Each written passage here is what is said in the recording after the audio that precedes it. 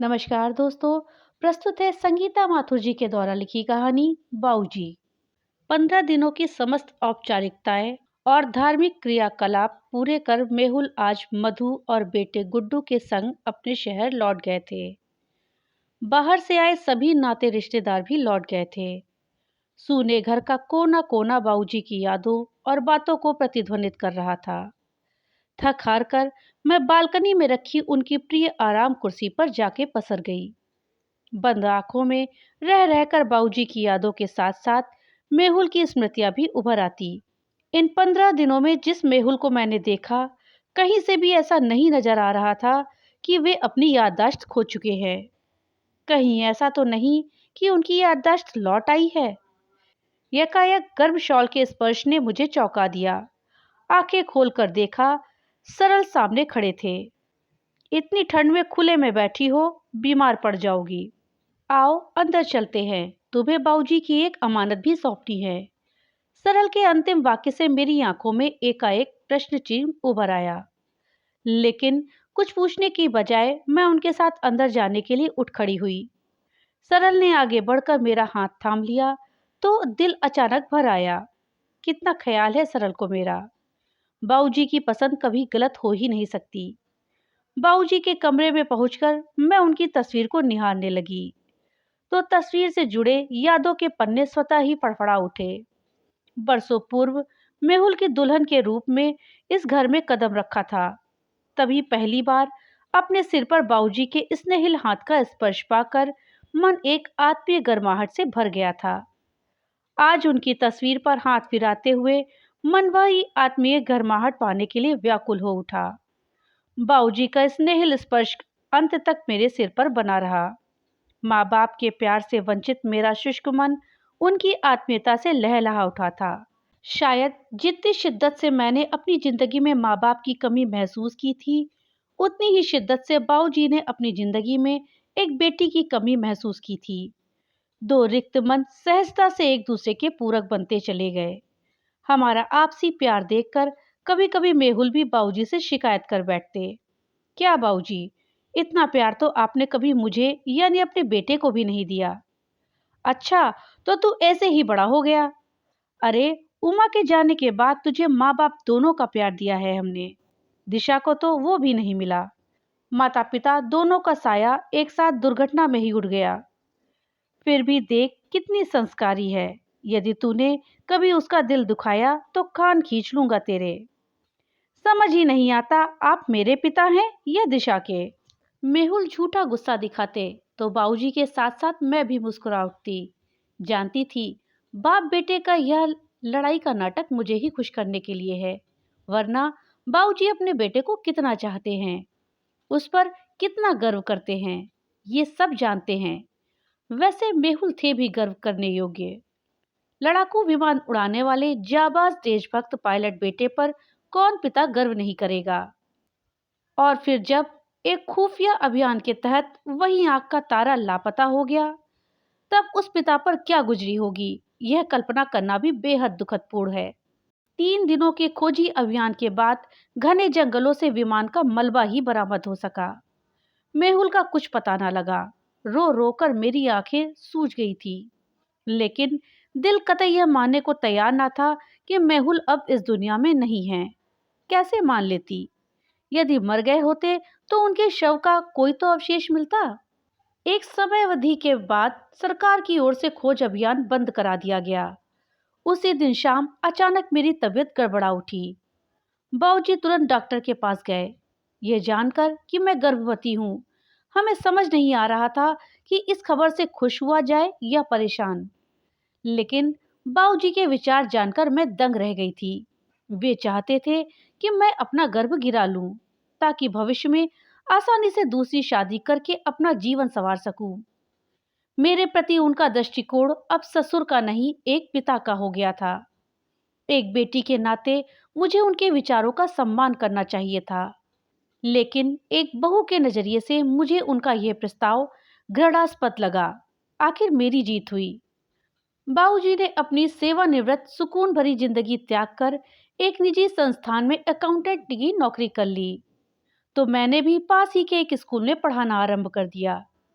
बाबूजी अपने दुख को बिसराकर मुझसे नई जिंदगी आरंभ करने का आग्रह करने लगे। उनके अनुसार अब मैं उनकी बहू नहीं बेटी थी और मेरे आगे के जीवन को सुखपूर्ण बनाना उनकी एक महत्वपूर्ण जिम्मेदारी थी। मैं उनके इस आग्रह पर तड़प उठती, यह कहकर लड़ने पर उतारू हो जाती कि वे कैसे बाप हैं जो अपने बेटे को जीते जी मृत मान बैठे हैं। अपने रिश्ते घावों को भूलकर बाबूजी मेरे जख्मों पर मरहम लगाने लगते, अपने बुढ़ापे और मेरी लंबी सूनी जिंदगी की दुहाई देने लगते। हद तो तब हो गई जब वो मुझसे सरल से शादी करने के लिए दबाव डालने लगे। सरल मेहुल का दोस्त था और अक्सर घर आता रहता था। मेहुल को खोजने में भी उसने हमारी बहुत मदद की थी और अब भी घर बाहर के कई छोटे मोटे काम वो सहर्षी आकर कर देता था। मैंने ये कहकर बाबूजी के प्रस्ताव को सिरे से नकार दिया कि जब तक मेरे दिल में मेहुल के लौटने के लिए आस है, मैं दूसरी शादी के बारे में सोच भी नहीं सकती और मेहुल के लौटने की आस मेरे मरने के बाद ही खत्म होगी। बाबूजी उस दिन एकदम टूट गए थे। एक बारगी तो मुझे भी अपनी साफ गोई पर बहुत अफसोस हुआ था। यह डायरी बाबूजी ने उनके जाने के बाद तुम्हें देने को कहा था, कहते हुए सरल ने एक बंद लिफाफा मुझे पकड़ाया तो मेरी चेतना लौटी। डायरी? 24 घंटे साथ रहने वाले बाबूजी भला डायरी कब लिखते थे? कभी पता ही नहीं चला। डायरी में तो अक्सर वे बातें लिखी जाती हैं जो इंसान रूबरू नहीं कर पाता। तो क्या बाबूजी के दिल में कुछ ऐसा था जो वे मरते दम तक मुझसे नहीं कह पाए? बेचैनी में मैंने लिफाफा फाड़ डाला। मेरी उद्विग्नता सरल से छुपी नहीं रह सकी। बिट्टू नींद में कुनमुना रहा था। उसे हल्का सा बुखार है। मैं उसके पास बैठता हूँ, तुम इत्मीनान से डायरी पढ़ो। मैं एक बार फिर से सरल की सज्जनता की कायल हो गई। कैसे यह इंसान मेरे दिल की हर बात समझ जाता है। कब मुझे एकांत चाहिए, कब मुझे उसके कंधे का सहारा चाहिए, कब क्या। पर अभी वक्त इन बातों के बारे में सोचने का नहीं था। मैं भूखी आंखों से डायरी को निगलने लगी। पहली ही पंक्ति ने मुझे भाव विभोर कर दिया। दिशा बेटी हमारे दिल के सबसे करीब है। उसने बहू बनकर हमारी सेवा की, बेटी बनकर प्यार लुटाया, बहन बनकर अपनत्व दिखाया, तो माँ बनकर हमारी लापरवाहियों के लिए हमें झिड़का भी। हम भी उसकी जिंदगी में यही सब भूमिकाएं निभाना चाहते हैं, लेकिन वह हमें ससुर की भूमिका से ऊपर ही नहीं उठने देती। हम उसे दोबारा सुहागन के रूप में देखकर एक पिता का फर्ज निभाना चाहते हैं। मेहुल के प्रति उसका प्यार और संवेदना हमसे ज्यादा कौन जान सकता है, लेकिन भावनाओं और संवेदनाओं से जिंदगी नहीं चलती। यह हम उसे कैसे समझाएं। सरल बहुत नेक लड़का है, पर वह तो कुछ सुनने को तैयार ही नहीं। डायरी क्या थी, एक छोटा मोटा उपन्यास था। न जाने कब से बाबूजी अपनी संवेदनाओं को इसमें अभिव्यक्ति दे रहे थे। मैं गहरे पश्चाताप से भर उठी। बाबूजी हर सुख दुख में मेरे हमेशा करीब रहे, लेकिन मैंने उन्हें कभी उनकी भावनाओं को उजागर करने का लिए प्रोत्साहित ही नहीं किया। मुझसे अच्छी तो यह निर्जीव डायरी है जो उनके हर सुख दुख की संगनी रही। उत्सुक निगाहें शब्द निगलने लगी। यह जानकर दिल बल्लियों उछलने लगा कि दिशा गर्भ से है। मेहुल का अंश उसमें मौजूद है। इस बार ज्यादा सावधानी बरतनी होगी। दिशा पहला गर्भ सीढ़ियों से गिरकर गंवा चुकी है। मेहुल की यह निशानी हमें अच्छे से सहेजनी होगी। ये हम क्या सोचने लगे, कितने स्वार्थी हो गए हैं हम। यदि दिशा माँ बन गई तो उसकी आगे की जिंदगी पर तो पूर्ण विराम लग जाएगा। कौन अपनाएगा उसे? नहीं नहीं, दिशा को अपना गर्भ गिराना होगा। मेरी आंखें छल छला उठी। विचारों के कितने भयंकर झंझावतों से गुजरे हुए बाबूजी, ऊपर से शांत नजर आने वाला सागर गर्भ में कितनी उथल पुथल समेटे रहता है। अंदाजा लगाना कितना मुश्किल है। धुंधलाती नजरें अब भी पन्नों पर टिकी थी। अजीब बेवकूफ लड़की है ये दिशा भी। जिद ही ठान बैठी है बच्चे को जन्म देने की। ज्यादा कुछ कह भी तो नहीं सकते हम। कैसी मजबूरी है। मेहुल कहाँ हो तुम? यदि कहीं हो तो आकर हमसे मिलते क्यों नहीं? कैसे आकर मिलते बाबूजी, याददाश्त जो खो चुके थे। ओह, कितना तलाशा था हमने मेहुल को। कोई जरा सा भी संकेत देता तो हम तुरंत चल पड़ते थे। आखिर हमारे प्रयास रंग लाए। एक पते पर मेहुल मिल गए थे। 6 महीनों बाद देख रही थी अपने मेहुल को, लेकिन लग रहा था मानो सदियां गुजर गई थी।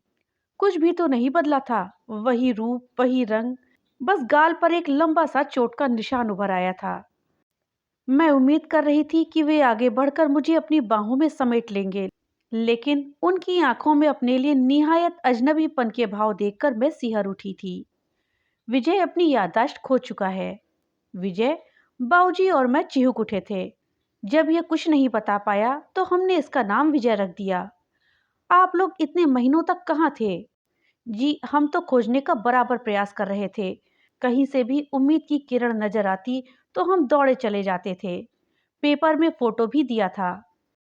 पेपर देखने का वक्त किसे था? हर वक्त तो विजय की तीमारदारी में लगे रहते थे। सप्ताह भर तो बेहोशी में ही रहा था। मैंने तो जीवन की उम्मीद ही छोड़ दी थी। ये तो मधु के अथक प्रयास थे जो उसे मौत के मुंह से निकाल लाई। लो आ गई मधु, मेरी बेटी और विजय की पत्नी। मुझे लगा मेरा सिर घूम जाएगा और मैं यहीं बेहोश हो जाऊंगी। बाबूजी ने मजबूती से मेरा हाथ थाम लिया था।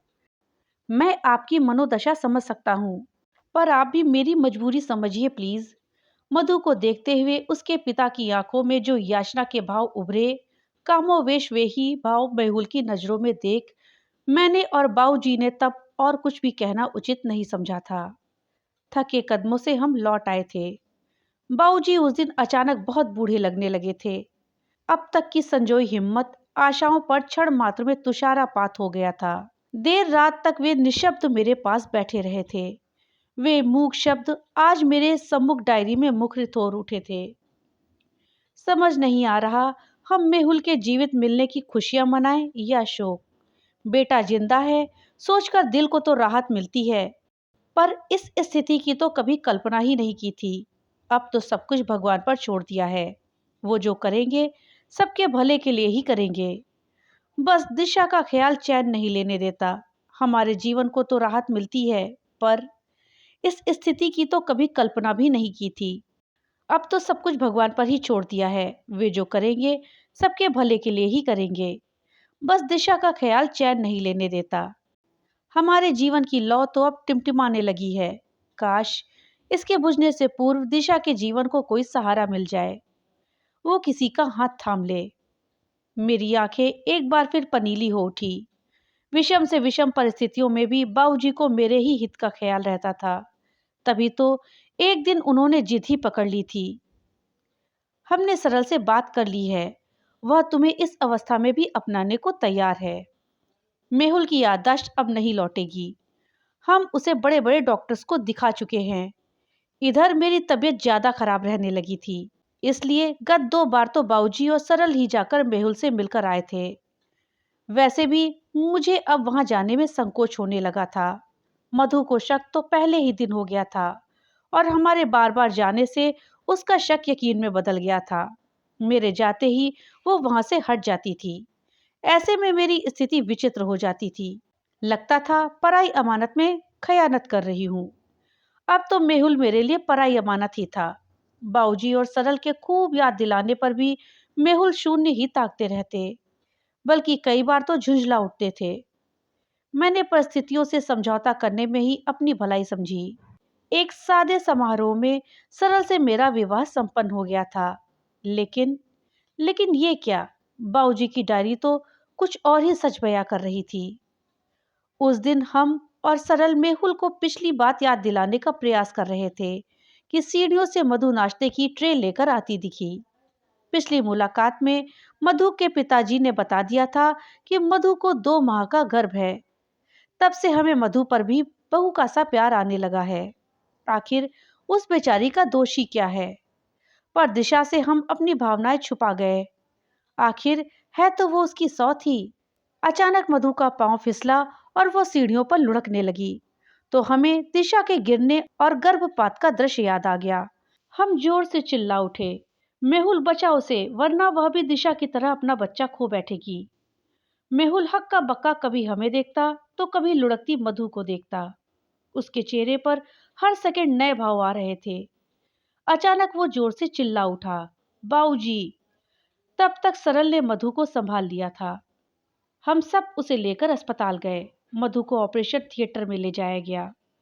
भगवान का लाख लाख शुक्र था कि मधु और बच्चे की जान बच गई थी। इस दौरान मेहुल बराबर हमारे आसपास बाऊजी बाऊजी करता मंडराता रहा। अब हमें होश आया कि उसे सब कुछ याद आ गया है। वो हमसे लिपटकर बिलक उठा। हम घटनाओं का तारतम्य जोड़कर उसे वस्तु स्थिति को समझाने लगे। वो दिशा से मिलने की जिद करने लगा। तब तक मधु के पिता भी आ चुके थे। उन्हें देखकर मेहुल संयत हुआ। मधु को बाहर लाकर वार्ड में लिटा दिया गया। उसे सकुशल पाकर हम सब के चेहरे खिल उठे थे। मेहुल उसके सिर पर प्यार से हाथ फेरने लगा। मधु के पिता के चेहरे पर भी सुकून उभर आया। हम अनजाने ही स्वयं को अपराधी सा महसूस करने लगे। हम एक पिता से उसकी बेटी का सुख, एक पत्नी से उसके पति का सुख, एक अजन्मी संतान से उसके पिता का सुख कैसे छीन सकते हैं। सब कुछ किसी फिल्मी दृश्य की भांति ही लग रहा था। कभी कभी फिल्मों जैसे नाटकीय घटनाक्रम असल जिंदगी में भी घट जाते हैं, लेकिन फिल्मों की तरह उनका नाटकीय अंत करना हम इंसानों के वश में नहीं होता कि नायक नायिका या किसी एक को मार दे या किसी एक को विलन साबित कर दे। हम हमारी आंखों के आगे चल रहे घटनाक्रम के चारों ओर ही पात्रों की लंबी उम्र की दुआ करते हैं और अपने महान कार्यों के कारण वे असल जिंदगी के नायक नायिका हैं। सरल हमें बेटे के समान ही प्रिय लगने लगा है और हम जानते हैं कि वह दिशा से बेहद प्यार करने लगा है। दिशा उसके साथ हमेशा सुखी रहेगी। मधु के प्रति भी हमारे दिल में कोमल भावनाएं जन्म लेने लगी हैं। उसने हमारे बेटे को नई जिंदगी दी। सब कुछ जानते हुए भी हमें हमेशा सहयोग किया। उसके और उसके पिता की आंखों में मंडराते आशंका के बादलों का अर्थ, उनका दुख दर्द सब हमें समझ आने लगा है। मेहुल जो अभी कुछ क्षण पूर्व दिशा से मिलने को बेताब हो रहा था, अब कितने प्यार से मधु का सिर सहला रहा है। दो टुकड़ों में बंटकर क्या वह सुकून की जिंदगी जी पाएगा? हमारी चिंता ने अब एक नया मोड़ ले लिया था। कल तक हम मेहुल की याददाश्त चले जाने से दुखी थे और अब लौट आने से दुखी हैं। हमारे सामने तराजू के दो पलड़े थे, एक में मेहुल और दूसरे में विजय।